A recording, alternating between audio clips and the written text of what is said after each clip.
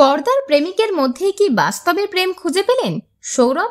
কথা ধারাবাহিকের দুই অভিনেতা সৌরভ এবং অলিভিয়ার প্রেমের সম্পর্ক নিয়ে চলছে জোর জল্পনা। কথা ধারাবাহিকের সৌরভ চ্যাটার্জিকে আমরা দেখেছি পর্দায় অভিনয় করতে কথার ভাইয়ের চরিত্রে। অন্যদিকে অলিভিয়া মালাকার অভিনয় করছেন অভি অর্থাৎ নায়কের বোনের চরিত্রে।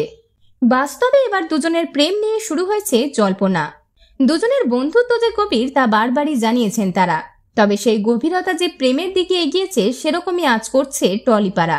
সাম্প্রতিক দুটি ছবি শেয়ার করে ক্যাপশনে যা লিখেছেন অলিভিয়া, তার থেকে জল্পনা আরও জোরালো হয়েছে। ছবি দুটি শেয়ার করে অলিভিয়া লিখেছেন, তুজমে রব দিখতা হ্যায় ইয়ারা মে কিয়া করু।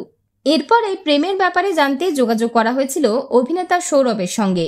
এই বিষয়ে তিনি জানিয়েছেন, যে ছবি নিয়ে এত কথা সেটি স্টার জলসার পুরস্কার বিতরণী অনুষ্ঠানের ছবি। পর্দার সমস্ত জুটি এখানে যোগ দিয়েছিলেন, আমরাও যোগ দিয়েছি।